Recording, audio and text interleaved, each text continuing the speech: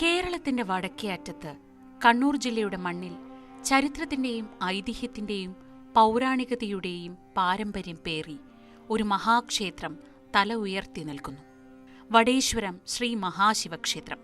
തീരദേശത്ത് ഉയർന്നു നിൽക്കുന്ന കീച്ചേരി കുന്നിൻമുകളിൽ പ്രകൃതിയുടെ ശാന്തതയിൽ സ്ഥിതി ചെയ്യുന്ന ഈ പുണ്യസ്ഥാനം വാസ്തുശില്പകലയുടെയും ദേവസങ്കല്പങ്ങളുടെയും അമൂല്യമായ കലവറയാണ്. വടക്കേ മലബാറിന്റെ കൈലാസം എന്ന് ഭക്തർ ആദരവോടെ വിശേഷിപ്പിക്കുന്ന ഈ മഹാക്ഷേത്രത്തിലെ ഓരോ തരി മണലിലും 1000 വർഷങ്ങളുടെ കഥകൾ ഒളിപ്പിച്ചു വച്ചിട്ടുണ്ട്. സമുദ്രനിരപ്പിൽ നിന്ന് ഉയർന്നു നിൽക്കുന്ന കുന്നിൻ മുകളിലെ ക്ഷേത്രത്തിന്റെ സ്ഥാനം കൈലാസപർവ്വതത്തിൽ കുടികൊള്ളുന്ന പരമേശ്വരന്റെ സങ്കല്പത്തിന് കൂടുതൽ ഭംഗി നൽകുന്നു. കണ്ണൂരിനും തളിപ്പറമ്പിനുമിടയിൽ കല്യാശ്ശേരിക്ക് സമീപം കീച്ചേരി എന്ന സ്ഥലത്ത് സ്ഥിതി ചെയ്യുന്ന ഈ ക്ഷേത്രത്തെപ്പറ്റി പറയുമ്പോൾ ഭാരതീയ ക്ഷേത്ര നിർമ്മിതി ചരിത്രത്തിലെ ഒരു അപൂർവ അധ്യായമാണ് നമ്മൾ തുറക്കുന്നത്. ഏതാണ്ട് 1500 വർഷങ്ങൾക്ക് മുമ്പ് മൂഷിക വംശം, ഇന്നത്തെ ഏഴിമല കേന്ദ്രീകരിച്ചിട്ട് മൂഷിക വംശം എന്ന് പറഞ്ഞൊരു രാജപരമ്പരയുണ്ടായിരുന്നു. അവിടെ 43ാമത്തെ രാജാവായ വടുകവർമ്മൻ പണി കഴിപ്പിച്ചാണ് ഈ ക്ഷേത്രം. സ്വയംഭൂവായിട്ടാണ് എന്നാണ് വിചാരിക്കുന്നത്. വന്നിട്ട് 6 അടിയോളം ഭഗവാന് മാത്രം ശിവലിംഗത്തിൻ്റെ ഉയരമുണ്ട്. ഇവിടെ പ്രധാനമായിട്ട് അഘോരത്തിൽ ധ്യാനത്തിലിരിക്കുന്ന ശിവനാണ്. അതുകൊണ്ട് തന്നെ അറിവിൻ്റെ അധിപതിയായിട്ടാണ്. ധ്യാനത്തിലിരിക്കുന്ന ശിവൻ എന്ന് പറഞ്ഞാൽ അറിവിൻ്റെ അധിപതിയാണ്. ഇവിടെ സോപാനം നിങ്ങൾക്ക് നോക്കുകയാണെങ്കിൽ 7 അടിയോളം ഉയരമുണ്ട്. ഈ ഒറ്റക്കല്ലാ സോപാനത്തിൽ നിന്ന് പ്രാർത്ഥിച്ചാൽ നമ്മൾ അറിവിൻ്റെ തലങ്ങൾ ഉയരുന്നതായിട്ട് നമുക്ക് ശ്രദ്ധിക്കാൻ പറ്റും. ഒരു ക്ഷേത്രത്തിന്റെ മഹത്വം അതിന്റെ ചരിത്രത്തിൽ ആഴത്തിൽ വേരൂന്നിയതായിരിക്കും. വടേശ്വരം ക്ഷേത്രത്തിന്റെ കാര്യത്തിലും ഇത് സത്യമാണ്. ക്ഷേത്രത്തിന്റെ ഉത്ഭവത്തെക്കുറിച്ച് 2 പ്രധാന ഐതിഹ്യങ്ങൾ നിലനിൽക്കുന്നു. അതിലാദ്യത്തേത് പുരാതന കാലത്ത് ഈ പുണ്യഭൂമി വടമഹർഷിയുടെ ആശ്രമമായിരുന്നു എന്നതാണ്. ഇവിടെ വെച്ചാണ് ശ്രീ പരമശിവൻ മഹർഷിക്ക് പ്രത്യക്ഷ ദർശനം നൽകിയത്. ഈ ഐതിഹ്യമാണ് വടേശ്വരം എന്ന നാമത്തിന് നിദാനം. വടന്റെ ഈശ്വരൻ അഥവാ വടേശ്വരൻ, വടേശ്വരത്തപ്പൻ. ചരിത്രപരമായ പിൻബലം നൽകുന്ന 2ാമത്തെ പ്രസ്താവന കോലത്തുനാട് ഭരിച്ചിരുന്ന മൂഷിക വംശവുമായി ബന്ധപ്പെട്ടതാണ്. അതായത് മൂഷിക വംശത്തിലെ 43ാമത്തെ രാജാവായ വടുകവർമ്മനാണ് ഏകദേശം 1500 വർഷം മുൻപ് ഈ ക്ഷേത്രം നിർമ്മിച്ചത്. അതിലന്റെ വിഖ്യാത കാവ്യമായ മൂഷിക വംശ മഹാകാവ്യത്തിൽ ഈ ചരിത്രപരമായ വസ്തുതയെക്കുറിച്ച് പരാമർശമുണ്ട് എന്നത് ഈ വാദത്തിന് തെളിവാണ്. ഒരു രാജാവ് തന്റെ രാജ്യത്തിന്റെ ഐശ്വര്യത്തിനായി ഒപ്പം തന്റെ പേര് നിലനിർത്താനായി നിർമ്മിച്ച മഹാക്ഷേത്രം. വടുകവർമ്മന്റെ സംഭാവനയെ ഓർമ്മിപ്പിച്ചുകൊണ്ട് ഇവിടെ പ്രതിഷ്ഠിക്കപ്പെട്ടിരിക്കുന്ന ശിവലിംഗം വടുകേശ്വരൻ എന്ന പേരിലും അറിയപ്പെടുന്നു. ക്ഷേത്രം സ്ഥിതി ചെയ്യുന്ന കീച്ചേരിക്കുന്ന് തീരപ്രദേശത്തെ ഉയർന്ന കുന്നുകളിലൊന്നാണ്. ഇത് ഒരു പർവ്വത ശിഖരം പോലെ കാണപ്പെടുന്നതിനാലാണ് വടേശ്വരത്തിന് വടക്കേ മലബാറിന്റെ കൈലാസം എന്ന വിശേഷണം ലഭിച്ചത്. പണ്ടുകാലത്ത് ക്ഷേത്രത്തിന്റെ പടിഞ്ഞാറേ ഗോപുരത്തിൽ നിന്ന് നോക്കിയാൽ ചെറുകുന്ന് അന്നപൂർണേശ്വരി ക്ഷേത്രത്തിലെ ആനച്ചന്തവും തൃച്ചംബരം പൂക്കോത്ത് നടയിലെ നൃത്തോത്സവവും കാണാൻ കഴിഞ്ഞിരുന്നുവത്രേ. ഈ വിവരണം ഈ ക്ഷേത്രത്തിന്റെ സ്ഥാനത്തിന് എത്രത്തോളം പ്രാധാന്യമുണ്ട് എന്നും വ്യക്തമാക്കുന്നു. കേരളത്തിലെ 108 പുരാതന ശിവക്ഷേത്രങ്ങളിൽ ഒന്നാണ് ഇത്. വടേശ്വരം ക്ഷേത്രത്തെ ഭാരതത്തിലെ മറ്റ് ക്ഷേത്രങ്ങളിൽ നിന്ന് തീർത്തും വ്യത്യസ്തമാക്കുന്നത് വാസ്തുശില്പപരമായ സവിശേഷതകളാണ്. ഒരു വാസ്തുവിദ്യാ വിസ്മയമായി തന്നെ ഇതിനെ കണക്കാക്കാം. ക്ഷേത്രത്തിന്റെ ഏറ്റവും വലിയ പ്രത്യേകത ശ്രീകോവിലിന്റെ നിർമ്മിതിയാണ്. താമരയുടെ 8 ഇതളുകൾ പോലെ തീർത്ത ഈ ശ്രീകോവിൽ ഇന്ത്യയിലെ മറ്റൊരു ക്ഷേത്രത്തിലും കാണാനില്ലെന്ന് ഇതേക്കുറിച്ച് പഠിക്കുന്നവർ സാക്ഷ്യപ്പെടുത്തുന്നു. വടേശ്വരം ക്ഷേത്രത്തെ ഇത് ഏകക്ഷേത്രമാക്കി മാറ്റുന്നു. ഹിന്ദുമതത്തിൽ അഷ്ടദളം അഥവാ 8 ഇതളുകൾ വളരെ പ്രധാനപ്പെട്ട ഒരു ദാർശനിക സങ്കല്പമാണ്. ഇത് പ്രപഞ്ചത്തിന്റെ 8 ദിക്കുകളെ, 8 ലോകപാലകരെ, 8 സിദ്ധികളെ സൂചിപ്പിക്കാം. ശിവന്റെ കാര്യത്തിൽ അഷ്ടദളം എന്നത് ഈശ്വരന്റെ 8 രൂപങ്ങളെ ശർവൻ, ഭവൻ, രുദ്രൻ, ഉഗ്രൻ, ഭീമൻ, പശുപതി, ഈശാനൻ, മഹാദേവൻ എന്നിങ്ങനെ പ്രതീകാത്മകമായി ചിത്രീകരിക്കുന്നതാവാം. ശ്രീകോവിൽ അഷ്ടദളാകൃതിയിൽ നിർമ്മിച്ചത് ശിവന്റെ സർവ്വവ്യാപിയായ ഈ 8 ഭാവങ്ങളെയും ഈ പുണ്യസ്ഥലത്തേക്ക് ആവാഹിക്കാനാണെന്നും അനുമാനിക്കാം. ഭാരതത്തിൽ എവിടെയും ഇത്തരമൊരു അഷ്ടദള ശ്രീകോവിൽ ഇല്ല എന്ന് അഭിജ്ഞന്മാർ പറയുന്നു. അതുപോലെ തന്നെ ഇവിടെയുള്ള ബലിക്കല്ല് വളരെ പ്രൗഢമായൊരു ബലിക്കല്ലാണിത്. അത് പഴയത് കാലപ്പഴക്കം കൊണ്ട് നാശോന്മുഖമായ ബലിക്കല്ല് കഴിഞ്ഞ വർഷമാണ് പുനരുദ്ധാരണ കമ്മിറ്റി നവീകരിച്ച് പുതുതായി നിർമ്മിച്ചത്. ക്ഷേത്രത്തിന് അകത്ത് ഗർഭഗൃഹം, ഇടനാഴി, അഷ്ടദള പ്രാസാദം എന്നിങ്ങനെ 3 തലത്തിലായിട്ടാണ് ഉള്ളത്. ഈ ശ്രീകോവിൽ നിർമ്മിതിയുടെ അളവുകളും ശ്രദ്ധേയമാണ്. ശ്രീകോവിലിന് 66 അടി ഉയരമുണ്ട്. ഈ ഗാംഭീര്യം ദൂരെ നിന്ന് നോക്കുമ്പോൾ തന്നെ ഭക്തിയുടെ തരംഗം സൃഷ്ടിക്കുന്നു. ഇതിന് മുകളിലുള്ള താഴികക്കുടത്തിന് 5.5 അടിയാണ് ഉയരം. ഈ നിർമ്മിതിയുടെ വലിപ്പം തന്നെ ഒരു മഹാക്ഷേത്രത്തിന് ചേർന്നതാണ്. കാലക്രമേണ തകർന്നുപോയ ഈ ഘടന പുനരുദ്ധാരണ പ്രവർത്തനങ്ങളിലൂടെ പൂർവ്വസ്ഥിതിയിലാക്കി. പുതിയ മേൽപ്പുരയും ചെമ്പ് പതിക്കലും സ്വർണ്ണ താഴികക്കുടം പ്രതിഷ്ഠിക്കലുമൊക്കെയായി ഇന്നത്തെ രൂപത്തിലെത്തിയിരിക്കുന്നു.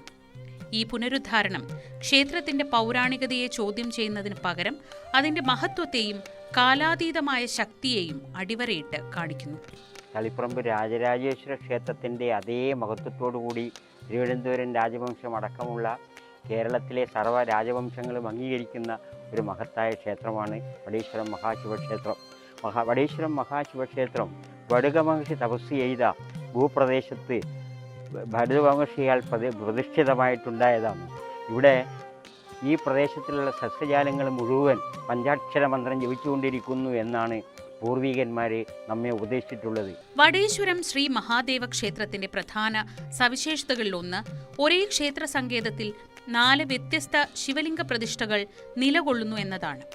ഇത് കേരളത്തിലെ മറ്റ് ശിവക്ഷേത്രങ്ങളിൽ നിന്ന് വടേശ്വരത്തെ വേറിട്ട് നിർത്തുന്ന അത്യപൂർവമായ പ്രത്യേകതയാണ്. ഈ 4 പ്രതിഷ്ഠകളിലൂടെ ശിവന്റെ 4 പ്രധാന ഭാവങ്ങളെയാണ് ഇവിടെ ആരാധിക്കുന്നത്. അവയിൽ പ്രധാനം വടേശ്വരത്തപ്പൻ എന്നറിയപ്പെടുന്ന വടുകേശ്വരനാണ്. ക്ഷേത്രമുറ്റത്ത് നിന്ന് ഏകദേശം 16 അടി ഉയരത്തിൽ കുടികൊള്ളുന്ന പ്രധാന പ്രതിഷ്ഠ ശ്രീ പരമേശ്വരന്റെ അപാരമായ കാരുണ്യഭാവത്തെയാണ് പ്രതിനിധാനം ചെയ്യുന്നത്. ഈ ഭാവത്തിൽ പ്രാർത്ഥിക്കുന്ന ഭക്തർക്ക് ആത്മീയവും ഭൗതികവുമായ അഭിവൃദ്ധി ലഭിക്കുമെന്നാണ് വിശ്വാസം. രണ്ടാമത്തെ പ്രധാന പ്രതിഷ്ഠ ഉമാമഹേശ്വരനാണ്. ശിവനും പാർവതിയും ഒരുമിച്ച് കുടികൊള്ളുന്ന ഈ ഭാവം ദാമ്പത്യ സൗഖ്യത്തിനും കുടുംബ ബന്ധങ്ങളിലെ ഐക്യത്തിനും സമൃദ്ധിക്കും പ്രാധാന്യം നൽകുന്നു. തുടർന്ന് ശിവന്റെ ജ്ഞാനരൂപമായ ദക്ഷിണാമൂർത്തി ഗുരുവിന്റെ ഭാവത്തിൽ കുടികൊള്ളുന്നതിനാൽ വിദ്യ, ജ്ഞാനം, മോക്ഷം എന്നിവ ആഗ്രഹിക്കുന്നവർ ഈ മൂർത്തിയെ ഭജിക്കുന്നു. ദക്ഷിണാമൂർത്തി ക്ഷേത്രത്തിന്റെ പിന്നിലുള്ള മുത്തശ്ശൻ വടവൃക്ഷം ഈ ജ്ഞാനസങ്കല്പത്തിന് കൂടുതൽ പവിത്രത നൽകുന്നു. അവസാനമായി ശിവന്റെ വീര്യം നിറഞ്ഞ കിരാതമൂർത്തി ഭാവം. അർജുനന് പാശുപതാസ്ത്രം നൽകാനായി വേട്ടക്കാരന്റെ രൂപത്തിലെത്തിയ ശിവന്റെ ഈ സങ്കല്പം ഭക്തർക്ക് വീര്യം, ശക്തി, ജീവിതത്തിലെ പ്രതിസന്ധികളെ മറികടക്കാനുള്ള കഴിവ് എന്നിവ നേടുന്നതിന് സഹായകമാണ്. ഒരേ സങ്കേതത്തിൽ ശിവന്റെ കാരുണ്യവും ഗാർഹസ്ഥ്യവും ജ്ഞാനവും വീര്യവും സമഗ്രമായി ഒരുമിച്ചിരിക്കുന്നു. ഇത് വടേശ്വരം ക്ഷേത്രത്തെ ആത്മീയമായി ഏറെ സമ്പന്നമാക്കുന്നു. ഭക്തന്റെ ജീവിതത്തിലെ ഏത് പ്രശ്നങ്ങൾക്കും ശിവന്റെ ഈ ഭാവങ്ങളിൽ ഏതെങ്കിലും ഒന്നിനെ ആശ്രയിക്കാമെന്ന സന്ദേശവുമുണ്ട്. അപൂർവം ക്ഷേത്രങ്ങളിൽ മാത്രമാണ് 4 ശിവലിംഗ പ്രതിഷ്ഠയുള്ളത്. ഇവിടെയുള്ളത് മെയിൻ ശിവൻ, ഉമാമഹേശ്വരൻ, ദക്ഷിണാമൂർത്തി, കിരാതമൂർത്തി, ഇങ്ങനെ 4 ശിവലിംഗ പ്രതിഷ്ഠയുണ്ട്. അതൊരു പ്രത്യേകതയാണ്. 18 അടി 66 അടി ഉയരമാണ് ഇതിനുള്ള പ്രത്യേകത.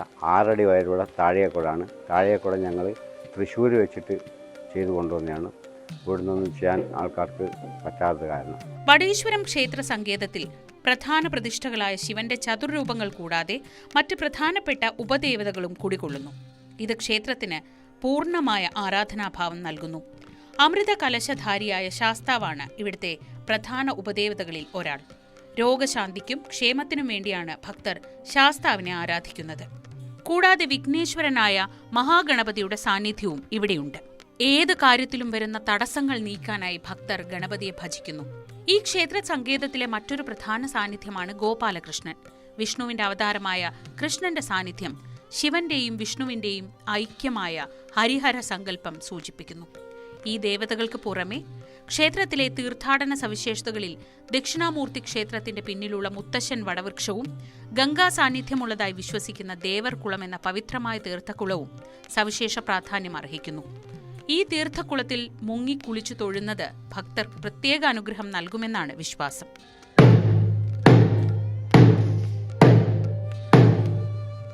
ആയിരത്തി 500 വർഷത്തെ പഴക്കം അവകാശപ്പെടുന്ന ഏതൊരു നിർമ്മിതിയും കാലപ്രവാഹത്തിൽ നിരവധി പ്രതിസന്ധികളെ നേരിട്ടിട്ടുണ്ടാവാം. വടേശ്വരം ക്ഷേത്രവും ഇതിൽ നിന്ന് വ്യത്യസ്തമല്ല. ചരിത്രപരമായി ഈ ക്ഷേത്രം ചിറക്കൽ കോവിലകത്തിന്റെ വകയായിരുന്നു. കോലത്തിരി രാജാക്കന്മാരുടെ സംരക്ഷണയിൽ ക്ഷേത്രം നിലനിന്നു.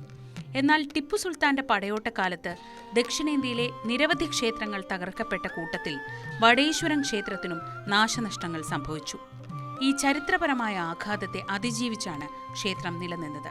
പിന്നീട് ചിറക്കൽ രാജാവ് തന്നെ ക്ഷേത്രം പുനരുദ്ധാരണം നടത്തി.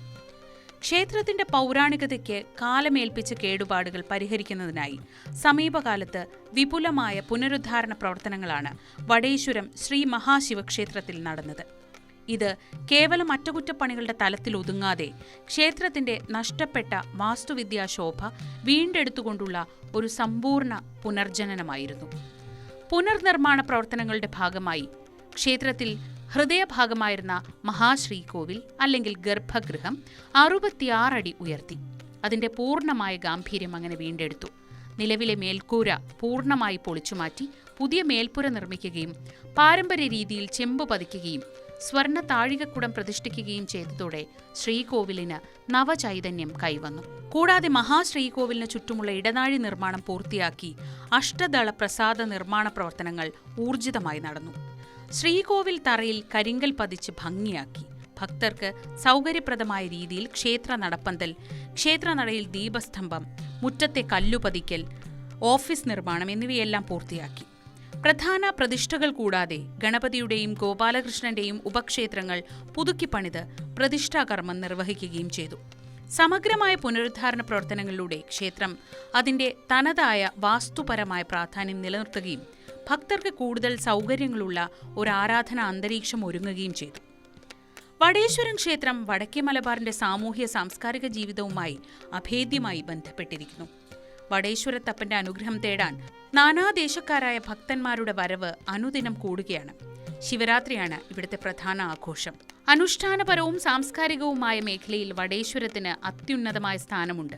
ഈ മഹാക്ഷേത്രം കേവലം ഒരു ആരാധനാലയം എന്നതിലുപരി വടക്കേ മലബാറിലെ തെയ്യാരാധനയുടെയും കാവുകളിലെ കളിയാട്ടങ്ങളുടെയും ആധാരശിലയായി നിലകൊണ്ടിരുന്നു. തെയ്യങ്ങളുടെ ഉത്ഭവത്തെയും ചടങ്ങുകളെയും കുറിച്ചുള്ള തോറ്റംപാട്ടുകളിൽ പോലും കോലവടേശ്വരം വടിവ് കണ്ടും വടേശ്വരത്തപ്പനെ കൈതൊഴുതും എന്ന് പ്രസ്താവിക്കുന്നത് ഈ ക്ഷേത്രത്തിന്റെ പ്രാധാന്യം എത്രത്തോളമുണ്ട് എന്നതിന്റെ വ്യക്തമായ തെളിവാണ്. തെയ്യക്കോലങ്ങൾ അവതരിപ്പിക്കുന്നതിന് മുൻപോ അതല്ലെങ്കിൽ ചടങ്ങുകൾക്ക് വേണ്ടിയോ വടേശ്വരത്തപ്പന്റെ അനുഗ്രഹം തേടുന്ന പതിവ് അനേകം കാവുകളിലുണ്ടായിരുന്നു. ഇതിനുദാഹരണമായി എറുമ്പാലത്തറവാട്ടിലെയും നമ്പിടിക്കോട്ടത്തെയും പുലികണ്ഠൻ തെയ്യക്കോലങ്ങൾ ചടങ്ങുകൾക്ക് മുൻപ് വടേശ്വരം ക്ഷേത്ര ദർശനത്തിനായി എത്തുമായിരുന്നു.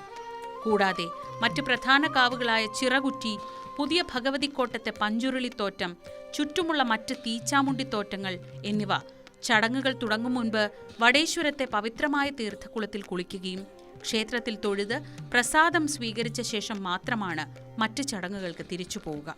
കളിയാട്ടക്കാലം ആരംഭിക്കുമ്പോൾ ചുറ്റുമുള്ള മുഴുവൻ കാവുകളിലും പുണ്യാഹം തളിച്ച് ശുദ്ധീകരിക്കാനുള്ള ചുമതല പോലും ഈ ക്ഷേത്രത്തിലെ ശാന്തിക്കാരനായ നമ്പൂതിരിക്കായിരുന്നു.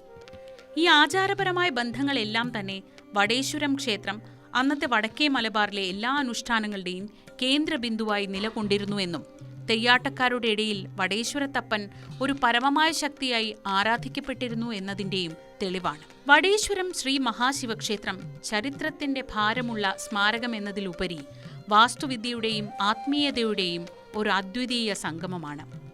ഇന്ത്യൻ ക്ഷേത്ര വാസ്തുവിദ്യയെക്കുറിച്ച് പഠിക്കുന്നവർക്ക് ഇതൊരു പാഠപുസ്തകമാണ്. അഷ്ടദളം എന്ന സങ്കല്പത്തെ ഭൗതികമായി യാഥാർത്ഥ്യമാക്കിയ ഏക ഉദാഹരണം.